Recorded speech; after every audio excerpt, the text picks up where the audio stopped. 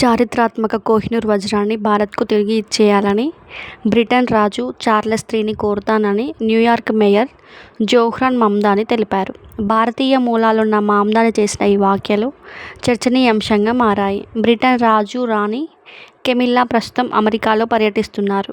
న్యూయార్క్లోని స్మారక చిహ్నాన్ని వారు సందర్శించారు. ఈ కార్యక్రమాన్ని ముందు మమ్దాని మీడియాతో మాట్లాడుతూ రాజుతో విడిగా మాట్లాడే అవకాశం వస్తే కోహినూర్ను ప్రస్తావిస్తానని చెప్పారు. ఆ తర్వాత బ్రిటన్ రాజుతో ఆయన మాట్లాడినప్పటికీ వారిద్దరి మధ్య కోహినూర్ ప్రస్తావన వచ్చిందా లేదా అనేది స్పష్టంగా తెలియదు.